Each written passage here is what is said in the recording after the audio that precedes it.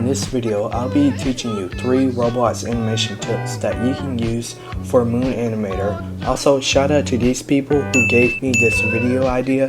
Now let's start with the tutorial. So to make a stop motion animation, step 1, you need to make an animation first. Now once you have that animation, you're going to highlight all of the keyframes.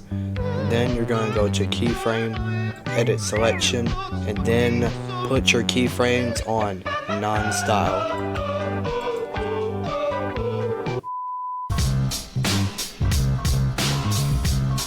To add a camera in Moon Animator, you're going to click on camera, click on add, then you're going to click on field of view, C frame, and then you're going to push your timeline as far as back as you want it. And then you're going to move your camera, and then last but not least, you're going to click on C frame again, and then play your animation. And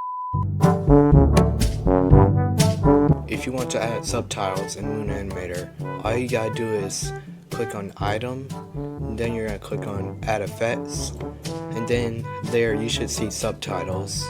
Once you have subtitles, you're going to double click on text. Then you're going to click on the keyframe of the text, and then you're going to type in anything you want.